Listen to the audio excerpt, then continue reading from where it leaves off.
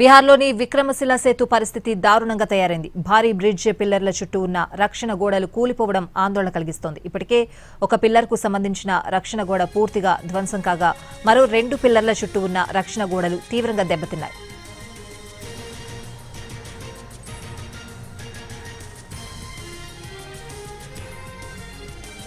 భగల్పూర్ దగ్గర గోదావరి నదిపై విక్రమశిల సేతును నిర్మించింది ప్రభుత్వం. దాదాపు 4.4 కిలోమీటర్ల పొడవున ఉన్న ఈ బ్రిడ్జ్ NH33, NH31లను కలుపుతోంది. రోజుకు సగటున 40,000 వాహనాలు వెళ్తూ ఉంటాయి. అలాంటి బ్రిడ్జ్పై ప్రమాద ఘంటికలు మోగుతున్నాయి. 3 ప్రధాన పిల్లర్లైన 17, 18, 19 చుట్టూ ఉన్న రక్షణ గోడలు పూర్తిగా దెబ్బతిన్నాయి.